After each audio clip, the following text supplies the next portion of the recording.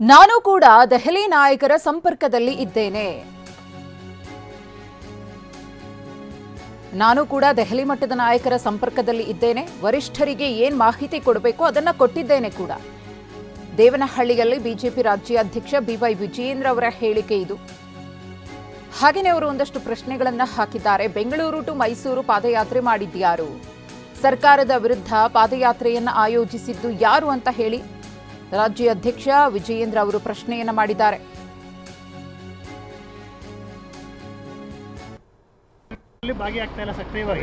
ಯಾರು ನೀವು ಸಪೋರ್ಟ್ ಕೊಡ್ತಾ ಇಲ್ಲ ಕ್ಯಾಂಡಿಡೇಟ್ ಹೋರಾಟ ಹೇಳಿದ್ದಾರೆ ಸರ್. ಪಾದಯಾತ್ರೆ ಯಾರು ಆಯೋಜನೆ ಮಾಡಿದ್ದಂತೆ? ಬೆಂಗಳೂರಿನಿಂದ ಮೈಸೂರಿಗೆ ಪಾದಯಾತ್ರೆ ಮಾಡಿ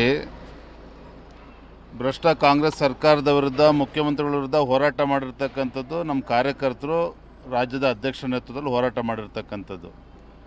ಹಾಗಾಗಿ ಈ ರೀತಿ ಹೇಳಿಕೆಗಳು ಈಗಾಗಲೇ ಕಾರ್ಯಕರ್ತರು ಯಾರು ಕೂಡ ಎಲ್ಲ ನೊಂದಿದ್ದಾರೆ. ಈ ರೀತಿ ಹೇಳಿಕೆಗಳನ್ನು ನೋಡಿ ಎಲ್ಲರೂ ಕೂಡ ಸಾಕಾಗಿದೆ.